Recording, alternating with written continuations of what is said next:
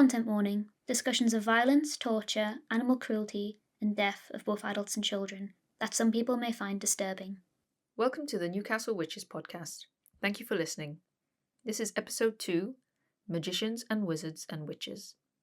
This episode is dedicated to Elizabeth Anderson.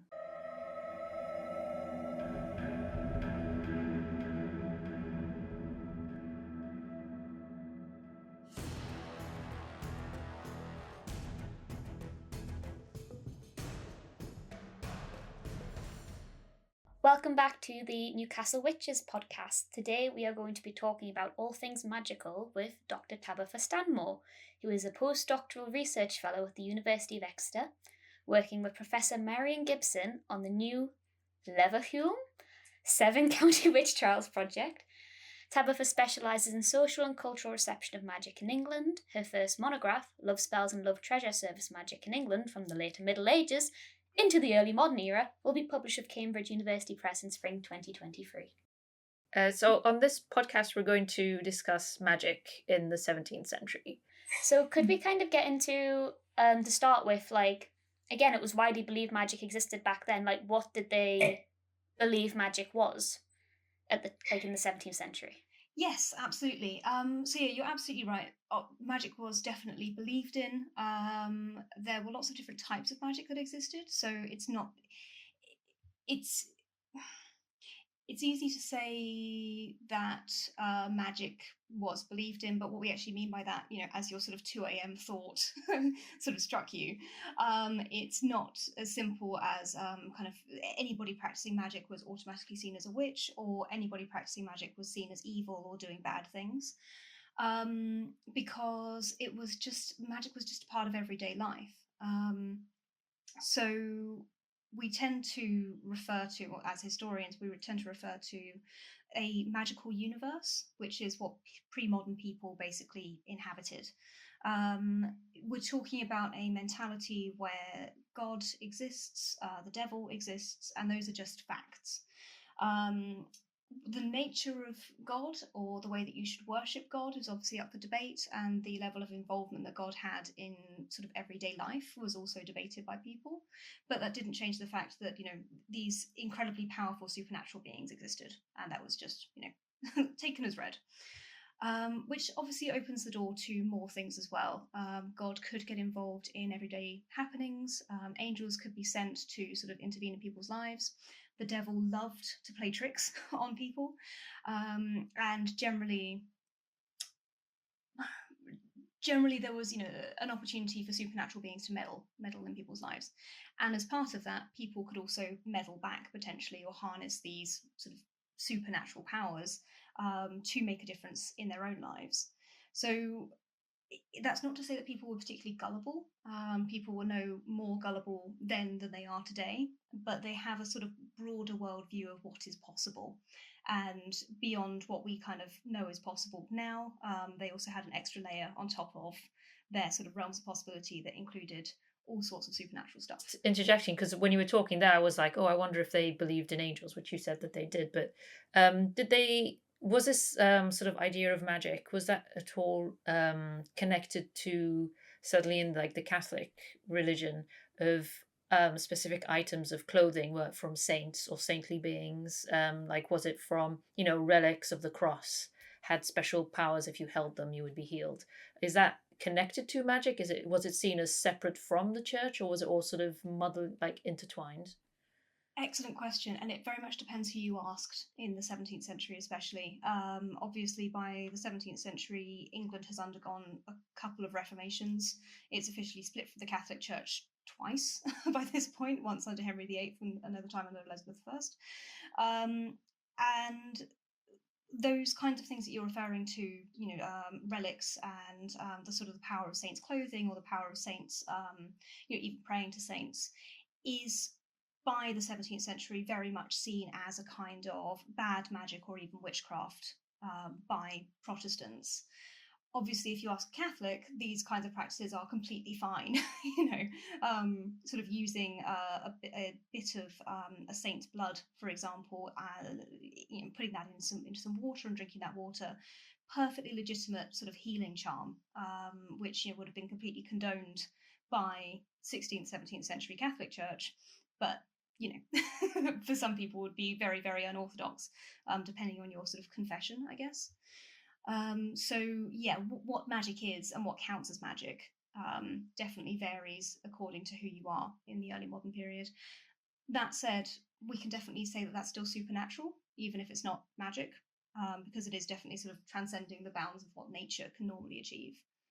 Okay, so I mean, if you were from a sort of Catholic heritage, essentially, you could be in hot water quite easily if, things that you believed were suddenly like, well, here's this Protestant who's now in charge of everything. You know, could that get you in trouble, essentially? Yeah, absolutely could. It could be a form of heresy. It could also be seen as superstition, which was a sort of separate category of things in the medieval and early modern periods, where it's basically you're practicing bad religion. So it depends kind of the motivation behind how you're doing these things. So it could be that you're just misinformed, basically. So the country has switched over to Protestantism, your new priest is Protestant, and you're still continuing these Catholic practices. If you don't know any better, then normally it'll just be a case of sort of re-educating you to sort of tell you how is the right way to worship. But if you sort of continued in those practices, or you even use some of these old Catholic practices to try to do harm, especially, then that would definitely get you into hot water. Oh dear. Yeah, exactly. And also bear in mind that people were resisting conversion as well. I mean, religion is an incredibly personal thing, and there's a lot at stake in terms of how you worship and who you worship. Who you worship. You should always be worshiping God, obviously, but the way that you do that,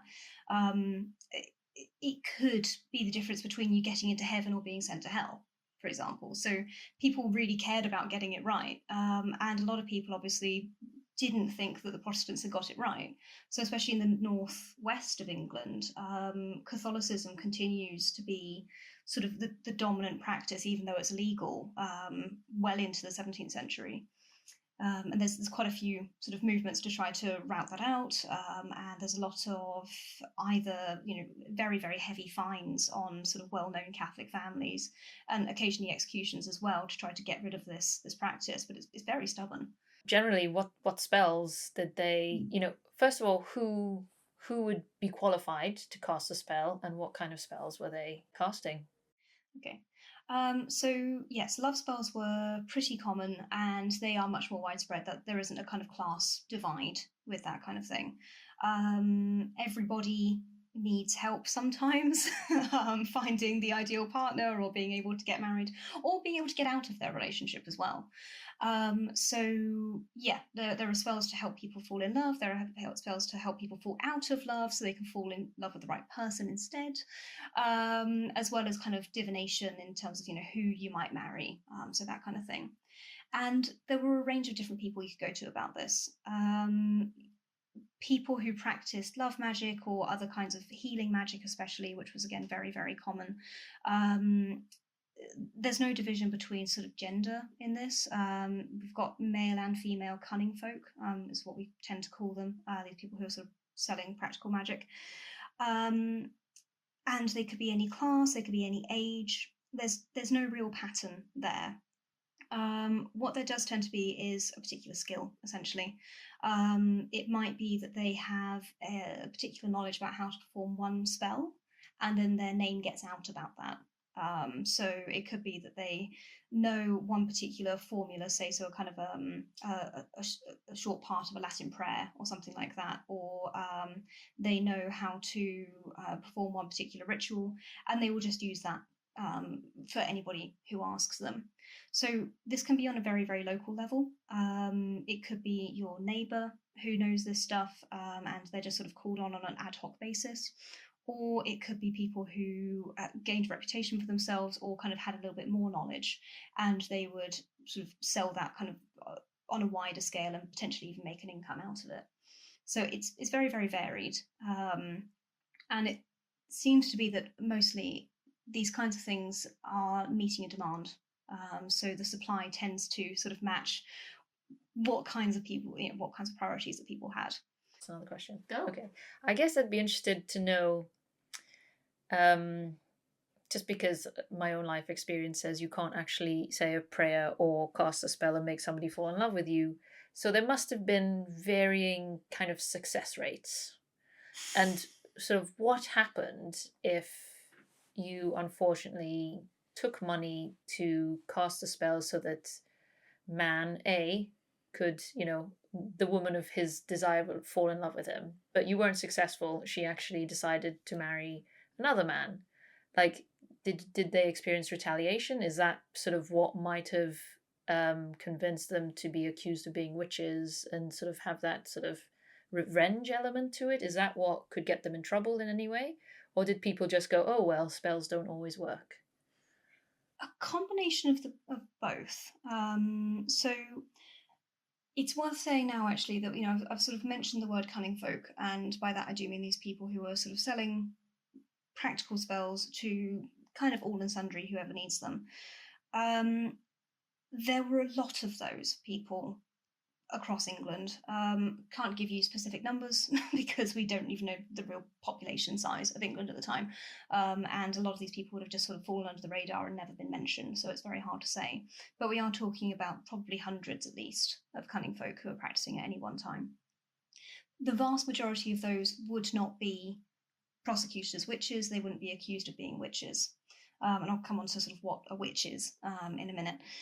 So there was definitely fear around what these people could potentially do, and there was definitely resentment sometimes building up if the magic failed, which, as you say, it definitely did on a regular basis. But whether that was treated as enough to kind of accuse somebody of being a witch, that's debatable. What we do definitely have records of is people asking for their money back if it doesn't work. Or going back to the cunning person and saying, it didn't work, what did I do wrong? And then they'll try a different spell, essentially, and kind of keep going until something works.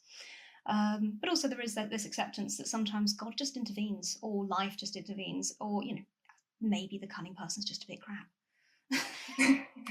So, is there an idea of what a cunning folk person looked like or how they lived in contrast to, and like what would make them a witch or distinguish them from a witch? Because there is a stereotype, but I say a stereotype, it's like a misconception that a lot of cunning folk or like cunning women were accused of witchcraft, but that wasn't quite right, was it? Yes, yeah, exactly. So it's a really interesting question, actually. Like, what did a cunning person look like? Because we don't know. There's basically no images from the early modern period of cunning folk. Oh, yeah. You get a lot of pictures of witches, obviously, which do sort of embody the entire stereotype that you have in your mind right now. Sort of warty, old, poor, hunchback. Very long nose often. That image was definitely circulating, and it was used to sort of stereotype what witches were. We do have some descriptions of cunning folk, but those are normally from quite negative sources. So people who are essentially trying to sort of warn the population away from using cunning folk, and they will often describe them as being charlatans and rogues. Male cunning folk are often described as being dressed up as if they are doctors. So physicians, or dressed up as university students or something like that to kind of make themselves look impressive. University students used to wear the big long black billowing robes that you kind of still see on Oxford students today, and big sort of velvet doctoral caps. So they might wear that kind of thing to make themselves look impressive, but actually they're charlatans. So that's one image that you get of cunning folk. The female image is closer to that sort of witch stereotype. It's normally a daft old woman who can't be trusted, is quite gibbers a lot, and is sort of is somebody who only a fool would go to. But again, that is a stereotype which is created often in church sermons or in plays and that kind of thing to put people off of visiting these people, and it's not actually an accurate depiction at all.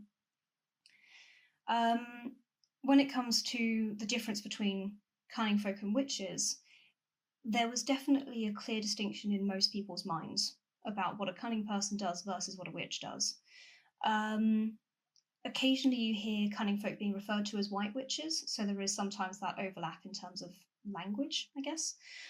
But most of the time when somebody's referring to a witch, they are talking about somebody who is spiteful and is aiming to do harm, and normally aiming to do harm through the help of the devil. They've got a familiar spirit or several different familiar spirits that turn up in all sorts of different shapes and sizes. They can be anything from a cat to a toad to a rat to a chicken to a rock in some cases.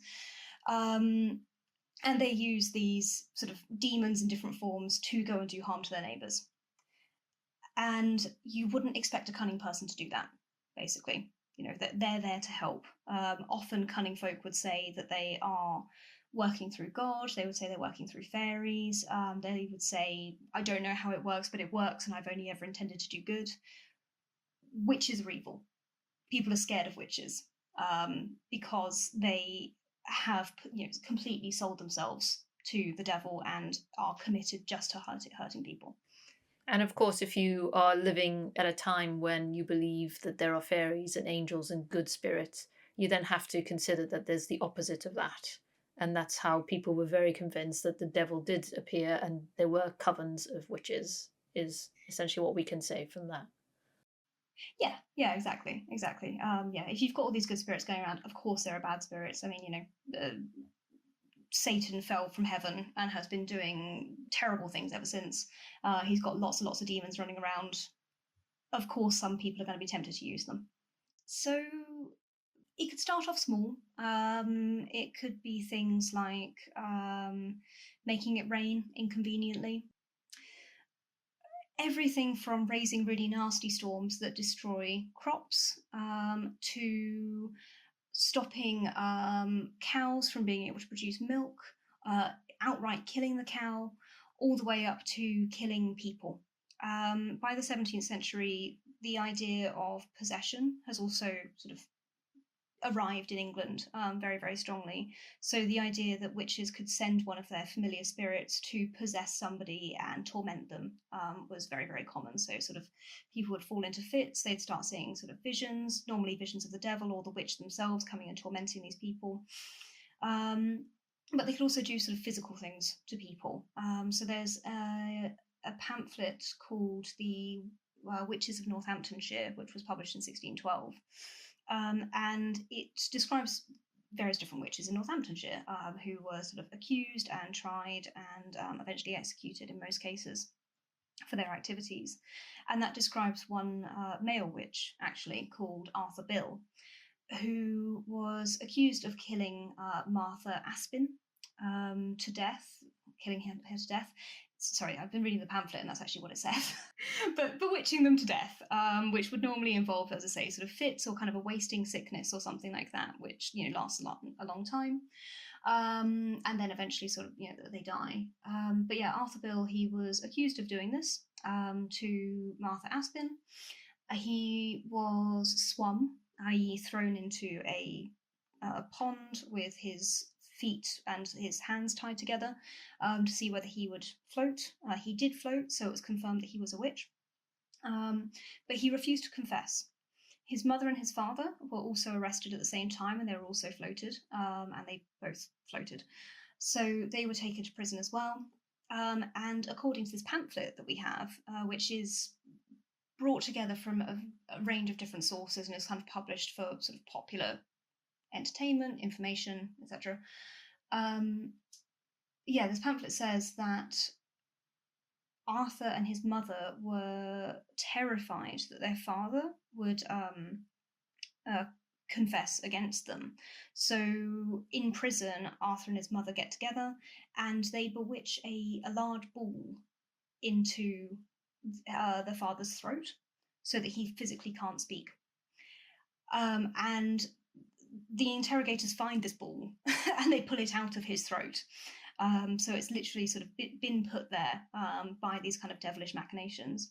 And you've got examples of that kind of thing happening all over the place. You see examples of witches thought of as sort of putting pins into people's stomachs so that people actually start vomiting pins or bits of straw. Oh. And this is the kind of thing that's going around, and people, very eminent people, are saying that they've seen this happen. and people are reading about this and going, oh no, this is the kinds of things that witches are capable of. So, and you can imagine, I mean, vomiting pins must be a horrific experience. So yeah, that's the kinds of things that witches can do.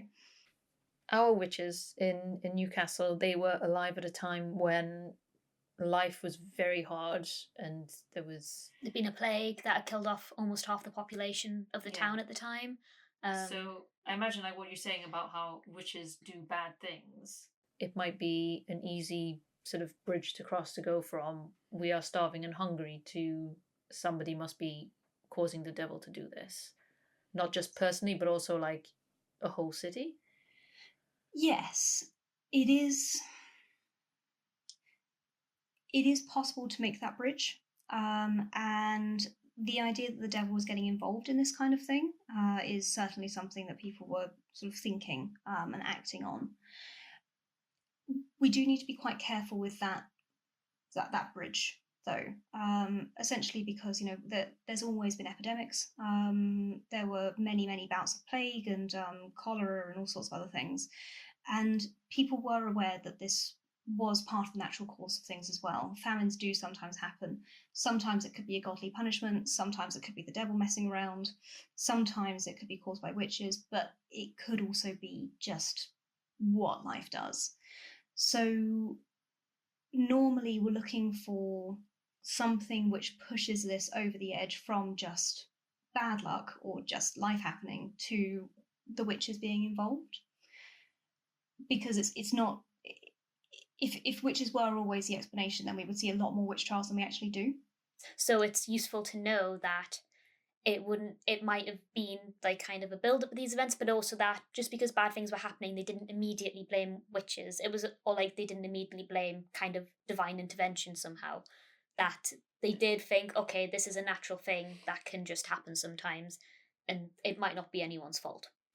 Mm-hmm. Yeah, exactly. So there is a tipping point here where things started to get quite bad, and then it circles around to being a case of this is dark magic and dark forces at work here. Okay. Wow. I guess that's what we're trying to figure out. What was that tipping point? Yeah. There is often this kind of idea that it was a class divide, that, you know, sort of poorer people and, you know, less educated people were the ones who believed in magic, and then we sort of have this kind of enlightenment sort of level at the top where, you know, people just don't believe in that kind of thing. Absolutely not true. Everybody's believing in this stuff. Everybody's partaking in magic in some form or another. I say everybody, that's probably a bit of a stretch, but every social class is taking part in magic in some way. So yeah, so we have records, for example, of aristocratic women buying love spells. I don't know whether either of you have come across the case of Thomas Overbury, who was one of the confidants of James I's best friend. So Robert Carr, who was James I's favourite before the Duke of Buckingham, George Villiers, became James I's favourite, he was very well regarded. James lavished all sorts of different titles on him, lots of money, all sorts of wonderful things. And Robert started getting too big for his boots in many ways. He started having a very open affair with a woman called Frances, who was already married. I know, awkward. She hated her husband, so decided the best thing to do would be to claim that he was impotent and then divorce him and then marry Robert instead. All fine and hunky-dory, except that Thomas Overbury, who was Robert Carr's best friend, strongly disapproved of this match. Thomas Overbury ends up being arrested on sort of trumped-up political charges, and then ends up dying in prison in very mysterious circumstances. Unfortunately, the general populace of London especially is not having any of this and really wants to find out what happened to Thomas Overbury. So they sort of kick up a massive fuss, and eventually this whole thing is investigated. It turns out that probably Frances was employing somebody to try to kill Thomas either by poison or by magic. Mm-hmm. And that she had spent a lot of money on love spells. to both get Robert to be interested in her in the first place, and also to try to get rid of her former husband. Right. This could be seen as a political thing which was sort of directed against the woman, and there was definitely a lot of misogyny involved in this case as well. But I genuinely believe that she was buying love spells at least, and I do think that both Robert and she were involved in trying to kill Thomas because it was just getting too awkward to have him around anymore. We know that there was a cunning woman involved in selling the love spells to Francis. She confessed to everything, and this wasn't done under torture. She just, confessed to it. Her name was Mary Woods. And this cunning woman, Mary Woods, had been selling love spells to probably quite a few other women at the royal court for quite a long time beforehand. So this is all a very long way of saying that cunning women were definitely running in and out of aristocratic circles. The aristocracy were definitely buying this kind of magic, as well as things like divination as well. So kind of employing astrologers to find out what was going to be happening in people's futures, or potentially even predicting the fate of the king. And astrologers actually during the Civil War of the 1640s were employed on both sides, both the parliamentarian and the royalist sides, to find out sort of which battles were going to be successful, which side God was on, whether it was the parliamentarian side or the royalist side, and just kind of what would happen next. So it definitely isn't a sort of lower class thing. This is for everybody. Yes, yeah. So there was also ritual magicians, just to throw those into the mix as well, and they are the kind of the typical mage kind of image. If you've ever heard of John Dee, who was a sort of very well respected, well, very knowledgeable at least, astrologer during Elizabeth I's reign and the beginning of James I's reign as well. He was incredibly intelligent. He was a mathematician, he was an astronomer, he did a lot of work on navigation as well, and helped sort of work out how to get across the Atlantic and how to navigate across the Atlantic. But he was also very, very interested in magic. He spent a lot of his time summoning angels and asking them various different questions about how to, make wonderful things happen, as well as to kind of access secrets of the universe. You've got them as well, and again they could perform the kind of mundane tasks as well. So he divined what Elizabeth's reign was going to be like through his astrology, and later through sort of angelic magic as well. But he, his ilk at least could also be asked to, look into healing as well if needed. So it's the kinds of uses to which magic were put were relatively narrow. It was normally towards the same ends, but how you went about it, I guess, is what differentiates cunning folk from ritual magicians from astrologers. So I guess that leads me back to my original statement of like how I was taught that a witch is that putting potions and things.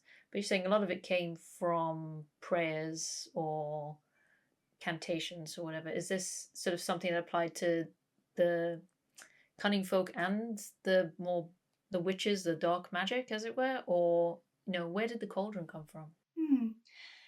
That's a really interesting question, actually. So the cauldron definitely does come up in various different formats. So I think the most famous version, most famous example would be Macbeth. Obviously, round and round the cauldron go. Yeah. I feel like that sort of image is a bit hammy, and it definitely was at the time as well. Because a lot more of it probably would have been incantations and that kind of thing. And it's worth bearing in mind that a lot of these things were being conducted in a Christian universe. That most people are sort of starting from a Christian background here and starting from Christian ideas. So, whether you're using a prayer to heal or you're kind of doing the reverse, and you're, cursing somebody through some kind of, whatever it is, spoken words, whatever, you're still doing it within a Christian context. So, for example, the witches that James I claimed to have seen as he was going in his ship back from Denmark to Scotland, he saw them going around his ship in a sieve for some reason. they'd raised storms, and then everybody was worried that the ship was going to sink. James looked out over the deck and he sees these witches sitting in a sieve going around his ship. So it's mildly ridiculous. I'm pretty sure it was a sieve just because that would be so impossible. So it's really showing that there is like a kind of it's defying nature. But the way that they were able to do that, and the way that they were able to raise the storm in the first place, was apparently by taking a cat, baptizing it, putting it into a bag, and then throwing it into the sea. So bad times for the cat, obviously. Oh. But more than that, it's that subversion of Christian ritual. It's taking something, it's desecrating a Christian ritual, and then it's putting that desecration into the sea, which is causing the water to boil and for the storm to be raised. So yeah, a lot of this action is very much Christian founded a lot of the time. Going back to the cauldron thing, I genuinely don't know. Cauldrons were obviously very common back then just as a cooking implement. So it could also be something about that uncanniness of something which is meant to be a comforting, usable item that you'd have in your house that provides food, that is, something which is warm and you associate with your home, being used for something which is actually terrifying. So it could have been Shakespeare's attempt to make something which was deeply uncanny by putting this cauldron in a new context, which obviously then gets picked up on by later writers. This is all incredibly interesting, especially what you said about how it was sort of subverting with the Christian, the good, holy acts that were meant to bring you blessings and doing sort of the opposite to bring harm. I think I'm starting to understand sort of why a witch was accused of doing certain things and how they would have had to have done these things to summon black magic. That's been really interesting. Yeah. I don't know if this is any comfort, but it wasn't just cats. Yeah, it wasn't just cats. Yeah. I think it's quite interesting, actually, because in some ways it shows just how much agency people thought that animals had in the early modern period. So there are examples of pigs being hanged, for example, and being put on trial as well for the way that they behaved. So, we're really seeing that, animals are seen as having an active part in everyday life. They're not just sort of, beasts that don't know any better. They're sort of almost treated on the same level as humans sometimes. Wow, on that note, I feel like we could just talk for like a couple more hours. This has been really fascinating to learn more about what magic meant to people in the 1600s. Thank you so much. Yes, thank you so much for coming. Dr. Tabitha Stanmore, thank you for joining us. And obviously we need to find this tipping point and do more investigating. Yes, we do. Into things. Really enjoyed speaking to you. Thank you so much. Thank you. It was a pleasure. Thank you for listening to the Newcastle Witches Podcast. I'm Maria. And I'm Caitlin. If you want to find out more about what we spoke about in this episode and past or future episodes, you can find us on social media, Instagram, Facebook, and Twitter by searching for the Newcastle Witches Podcast. And there's also a dedicated page linking and profiling the many guests we have on the podcast. It's candleandbell.com/Newcastle Witches. Thank you for listening, and I hope you'll join us for the next episode of the Newcastle Witches Podcast.